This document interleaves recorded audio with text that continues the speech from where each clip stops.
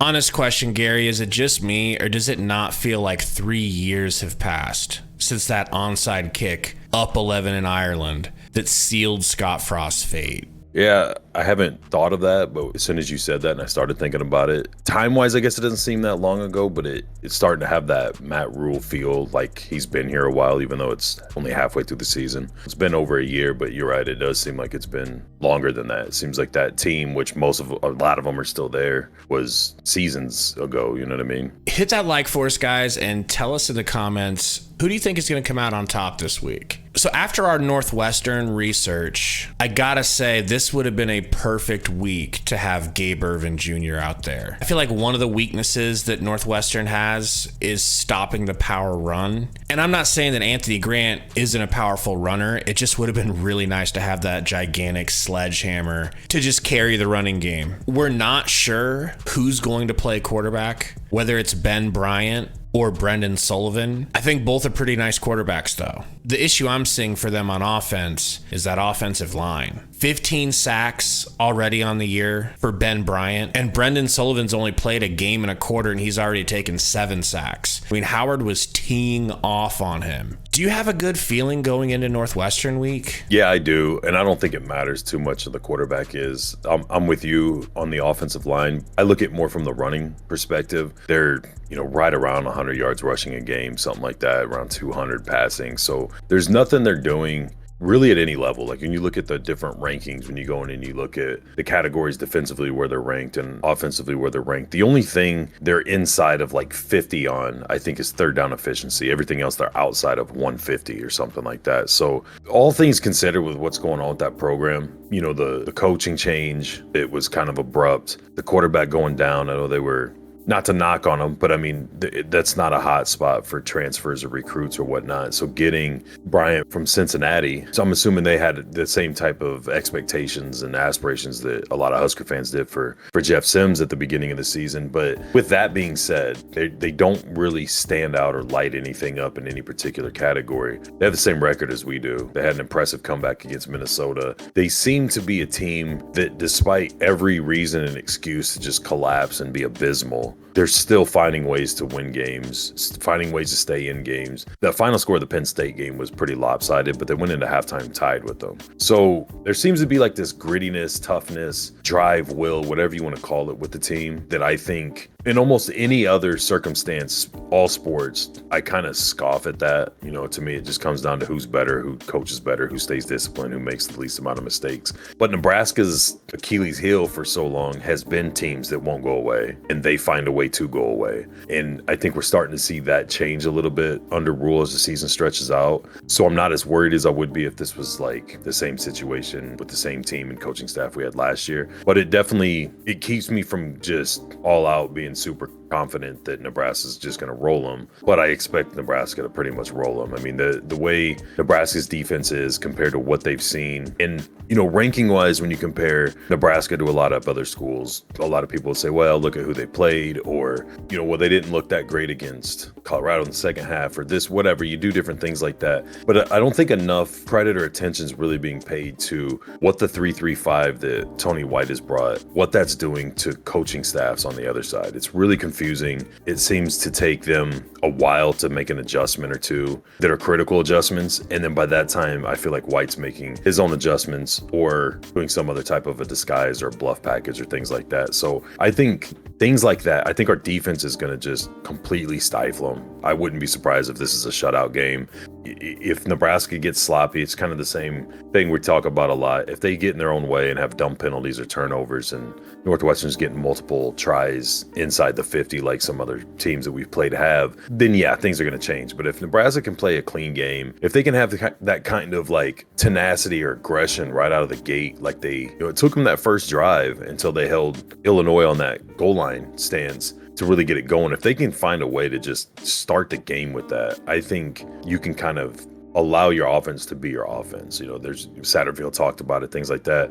You're relying on your defense and your special teams, and your offense is going to try to extend that. So I don't think if Nebraska has a couple 3-and-outs or, has a couple decent drives and settles for field goals or punts, it's the end of the world. It kind of seems like as we're seeing the season unfold and this team evolve under this coaching staff, that's kind of part of the game plan actually, is we don't need points every time. Yeah, it'd be great to get them, but stay on the field as long as you can. Let the actual strength of your team not be winded, dead tired halfway through the second half or by halftime, and take the next crack at it because you have all the confidence in the world that unit's going to get you the ball back without giving up points. So I think the wear mostly from the defense on the side of Northwestern, when they don't really have a standout wide receiver, they don't have a quarterback that can. No, Sullivan can run, and I think that's matchup wise better for them to play him against Nebraska. But Nebraska, I don't think is going to have to help out a lot in the secondary. I think you can run a lot of man, you can run a lot of different packages. You don't have to worry too much about the run. Doesn't seem like they're already good. Nebraska's already really good in the run defense. I try not to have this idea, so I find information that supports it and then run with it. I always kind of try to counter what my initial thoughts are, and I don't know, man, you tell me. I just don't see much where if they can really execute at whatever, or they can exploit whatever, they've got a real chance to get us in trouble. I think this is going to be another case of, if Nebraska doesn't beat themselves, it should be a pretty easy win. I feel like all in all, this is a dangerous week. It's important because of bowl game ramifications. We need every win we can get, and this is a winnable game. But like you said, they're tough and they don't go away. Historically, every time Nebraska plays Northwestern, it's a knockdown, drag out fight till the very end. So I gotta be honest, I'm nervous, but I feel like I still do think the Huskers are going to win this game. This might not mean a lot to other people or other fans of other teams in the realm of how they view Nebraska. But to me, this is a very important win because it will signal some consistency when it comes to beating the teams that technically you could beat. So yeah, it's not a juggernaut opponent, but something we haven't been able to do that I can remember is beat teams back to back that you're supposed to beat that are Power 5 opponents. Heinrich Haarberg is playing, even though I think it's safe to say that Jeff Sims is fully healthy now, more than likely. And I don't want to jinx him, but I think we're better off turnover-wise with him. We should have basically blanked Minnesota, but we just kept giving them the ball over and over. They beat Minnesota. That's a little bit scary. But when I think about who we really are when we're our best, it's the team that held Minnesota to next to nothing all game. And if we can do that to Minnesota, but they give up a bunch of points to Minnesota, it makes me feel like our defense is probably better. I'm going to go with 24-21 Nebraska. Wow.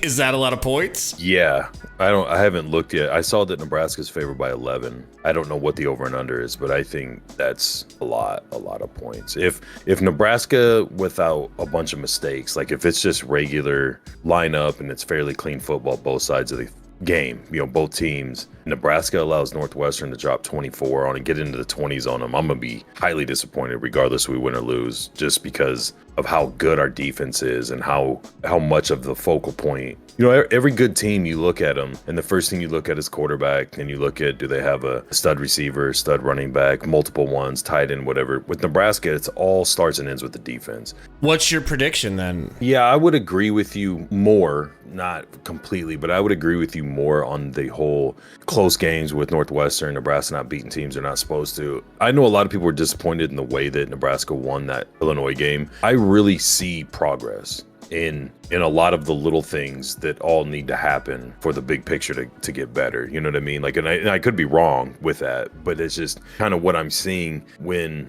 from the goal line stance to just offensive drives stalling out, but not letting the team be deflated to here we go again mindset in certain situations. I just don't see a lot of that as much. I feel like we finally gotten away from, or we finally started stepping away from what we've been as a program for so many years. And I just think that, I don't know that it's this game, but we're going to get to a point where it just comes down to straight up X's and O's, Jimmy's and Joe's coaches, that whole thing. And it's not going to be this, oh, here we go again. Can't win the big one or can't win a conference game or these guys have our, like all the little stupid shit that coaches get annoyed with and, you know, players don't like hearing, things like that is going to go away.